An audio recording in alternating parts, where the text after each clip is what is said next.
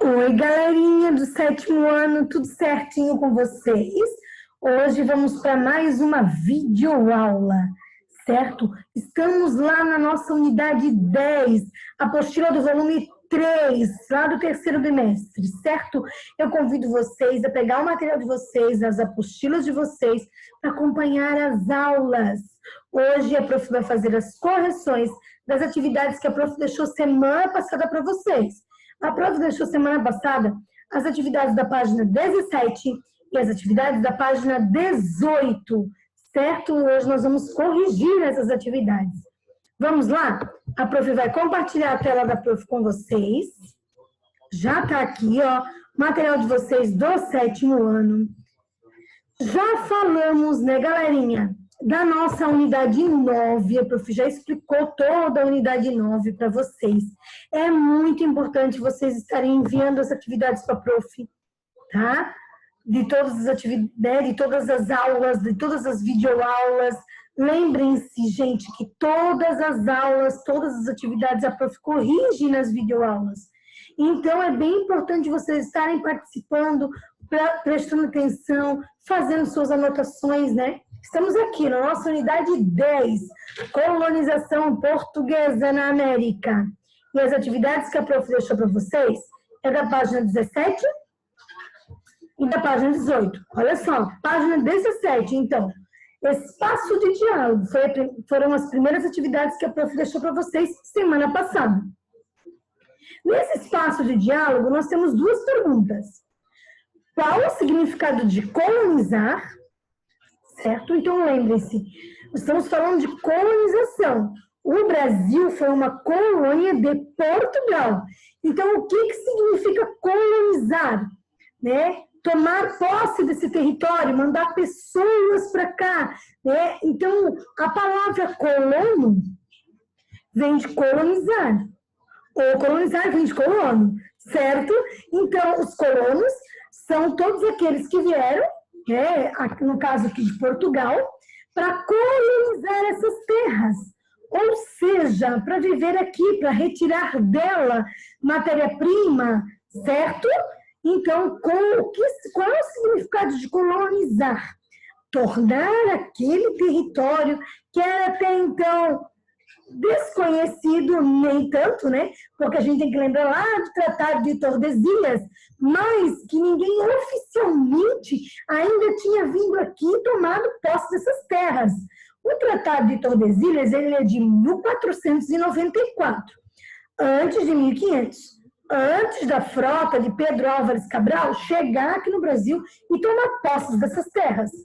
Ou seja, se eu estou dizendo que já havia um tratado antes de 1500, significa dizer que eles já sabiam da existência dessas terras. Né? Só que eles precisavam efetivar a colonização. Ou seja, tornar aquela terra sua.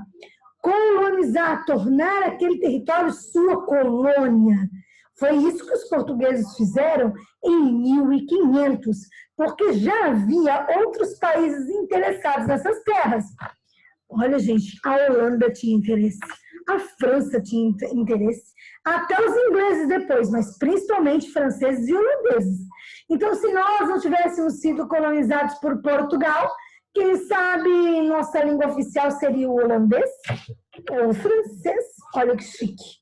Tá? Então, colonizar, tornar aquele território uma colônia.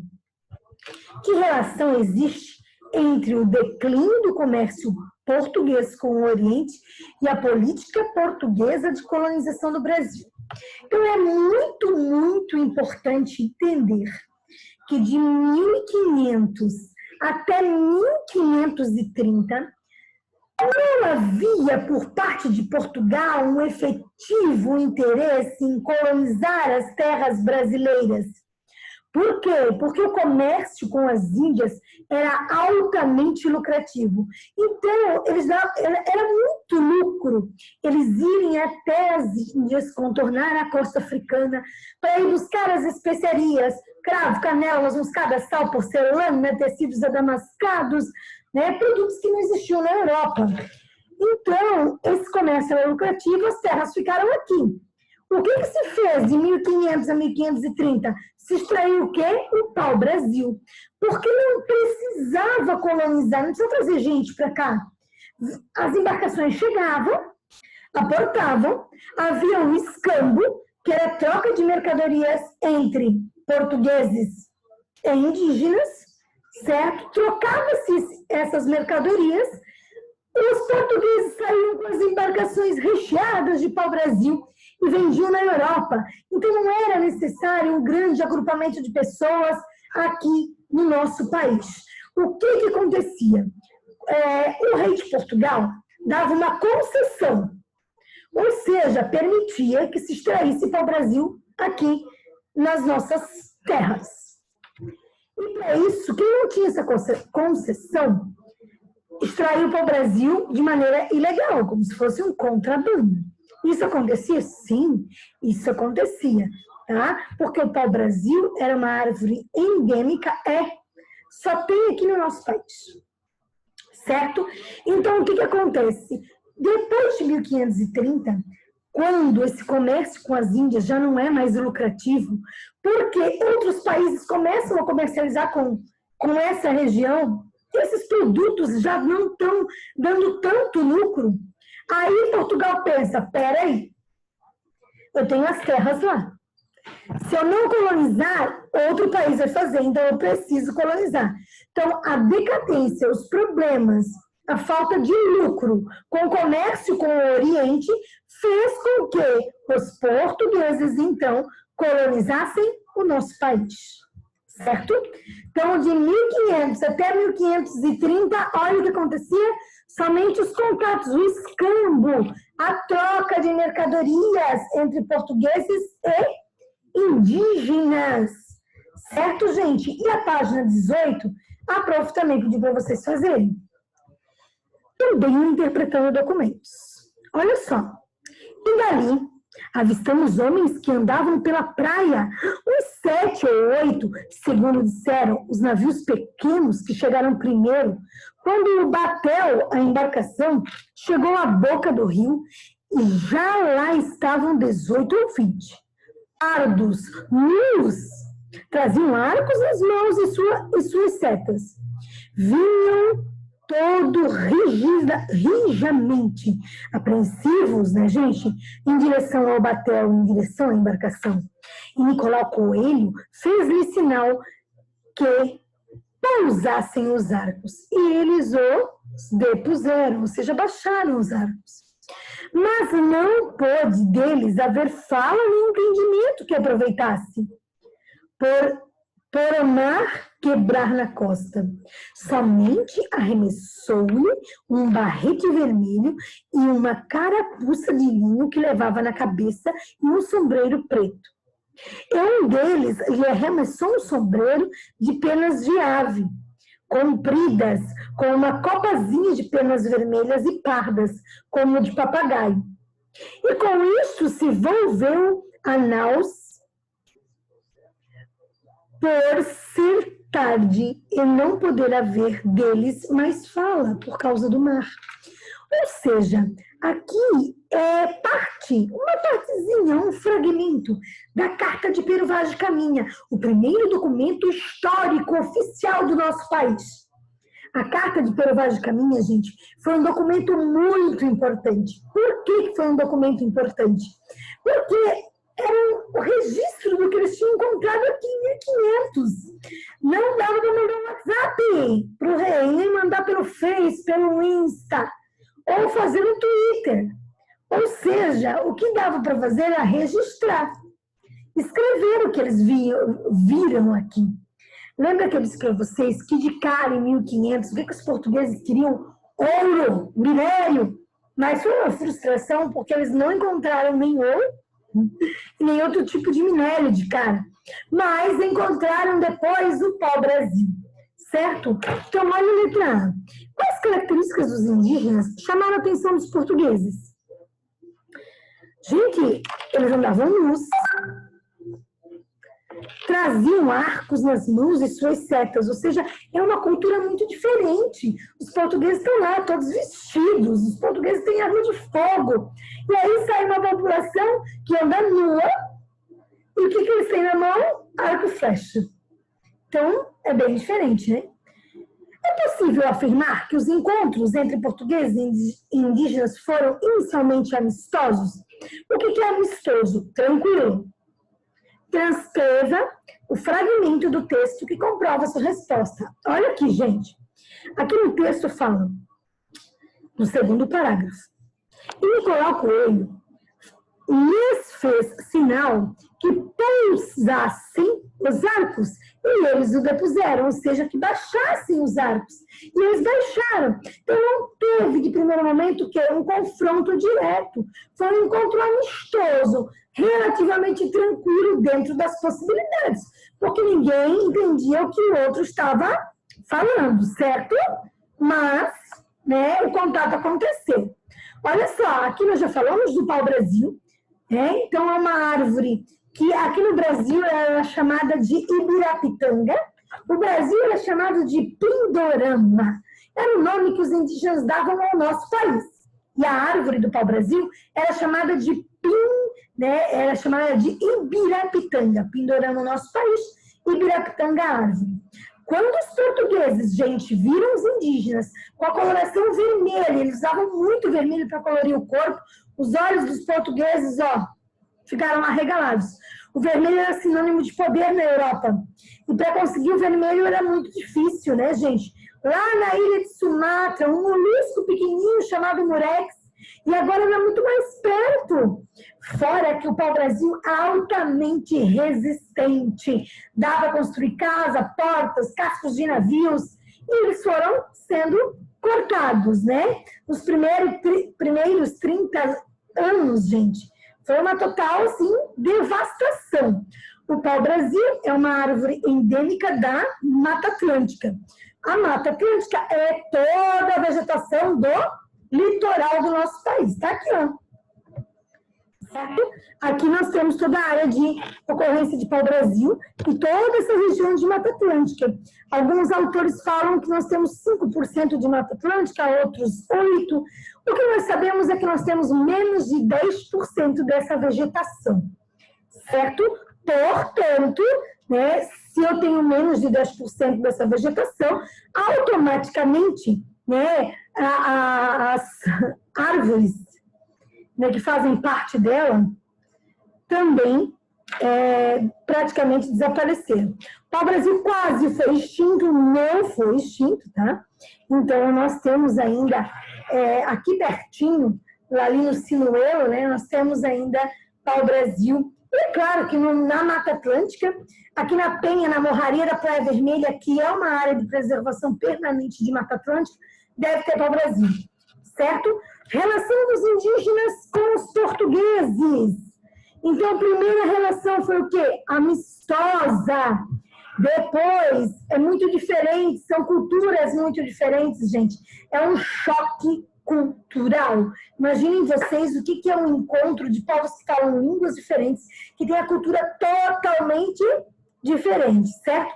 Os indígenas não utilizam moeda, os indígenas valorizam muito a terra, é o bem mais precioso para eles. Uns são nômades, outros são mais sedentários, né? Mas eles retiram da terra tudo que eles precisam para sobreviver. Conhecem a vegetação, conhecem as plantas, né? Com plantas medicinais também, né? Então eles não precisam, eles não tinham ambição e acúmulo de riquezas. Já os portugueses, sim, né? Os portugueses têm o capitalismo, uma ambição, um lucro, né? Eles querem explorar as terras que eles estão conquistando, certo, gente? Então, nós temos aqui, ó, mostrando os vários grupos indígenas, os povos indígenas principalmente do litoral, né? Olha só, Potiguar, Caeté, Tupinambá, Tupiniquim. Os primeiros contatos, tá, gente? Aconteceram muitos, assim, de forma bem forte, com os tupiniquins e com os tupinambás. tá? E os tupinambás tinham alguns aspectos culturais bem diferentes, tá? Por exemplo, vou só contar aqui um aspecto cultural dos tupinambás, que eles faziam um ritual que comiam a carne humana, chamado antropofagia. Então, quando eles tinham um conflito com outra tribo, com outro povo, eles capturavam o guerreiro mais forte e faziam um ritual e comiam um pedaço da carne humana para adquirir a sua coragem, a sua força, certo? Então, era um ritual que eles faziam, os tupinambás, tá? Aí nós temos tamoios, né? Carijós, né? Enfim, caetés, vários povos nativos, vários povos indígenas, né? E, gente, uma coisa bem importante para a gente falar também é que depois de 1530, quando o comércio com as Índias não está dando certo, não rolou, eles vêm para o Brasil para efetivar a colonização. Como assim, prof? Agora vamos colonizar essas terras realmente. Vamos mandar para cá portugueses, vamos construir fortes para proteger, né? Vamos depois plantar cana-de-açúcar, né? Eles vão efetivar a colonização. E aí, gente, eles vão dividir as terras brasileiras. Olha só. É bem importante que eu vou mostrar aqui para vocês. Eu vou explicar através desse mapinha que está aqui. Eles resolveram dividir as terras brasileiras em capitanias hereditárias. Prof, o que é isso? Capitanias hereditárias é que eles dividiram toda essa terra aí do Tratado de Tordesilhas em 15 lotes de terra. 15 lotes. É como se essa parte do território brasileiro fosse 15 estados. 15 lotes de terra. O rei de Portugal chamou pessoas de sua confiança, pessoas que ele confiava, chamou aqui perto e disse, ó, vamos bater um lero pertinho, vamos bater um tete-a-tete, um pé do ouvido. Seguinte, olha só, tem uma coisa para falar para ti. O rei falando para as pessoas. Lá, além do oceano, nós temos as terras que me pertencem. Mas eu preciso de pessoas para colonizar essas terras. Então, eu vou fazer um sistema de doação. Vou te doar essas terras, palavra para os donatários. Donatários é quem é dono de cada pedaço de terra desse. Eu vou fazer um sistema de doação, essas terras vão ser suas, mas é claro que não é tudo lindo e maravilhoso, né, gente? Você tem que proteger essas terras, construir fortes e proteger. Não pode deixar ninguém invadir. Essas terras têm que gerar lucro e eu quero parte desse lucro. E assim eles fizeram. É a primeira privatização da história. O Brasil foi dividido em 15 lotes de terras e cada donatário, cada pessoa que ganhou esse lote de terra, certo? Tinha que proteger as terras, não deixar as terras serem invadidas, tinha que gerar lucro nessas terras e passar o lucro lá pro rei de Portugal, certo? E assim o rei fez. Só que assim, gente, pensa, eles não tinham total autonomia. Se precisasse decidir alguma coisa, dependia de Portugal. Gente, não posso passar um WhatsApp. Eu tinha que mandar uma carta para o rei de Portugal, atravessar o Oceano Atlântico. A metrópole era muito longe. A tendência dessas capitanias darem certo era muito pequena. Tanto que eram 15 capitanias, só 2 deram certo. Certo? O restante faliu. Não deu certo as capitanias. Olha só 2 foram lucrativas. São Vicente, que é São Paulo, e Pernambuco. Tá? Então, Pernambuco, por conta da cana-de-açúcar, que o sol era tipo top das galáxias, e São Vicente, porque tinha influência do rei de Portugal, tinha uma ajuda do rei de Portugal. Então, só essas 2 capitanias deram certo, gente. Certo? Só elas deram lucro. Eram 15. 2 deram lucro. 13 não. 13 faliram. 13 não deram certo. Tá? Aí, o que a coroa portuguesa fez? O que a coroa portuguesa pensou? O que a metrópole pensou? Vamos, então, criar um governo geral. aqui na postura de vocês. Tá, prof, o que era esse governo geral? Era um órgão para fiscalizar essas capitanias, para ajudar essas capitanias, certo? Para administrar, porque Portugal estava muito longe. Portugal é metrópole, mas é distante. Não deu certo. Então, foi nomeado um governador geral, tá?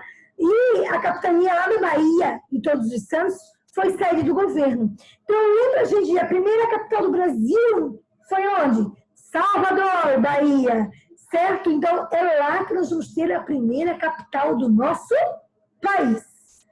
Certo, galera? Entenderam até aqui? A prof espera que sim. E semana que vem a gente se encontra novamente. Um beijo no coração de cada um de vocês.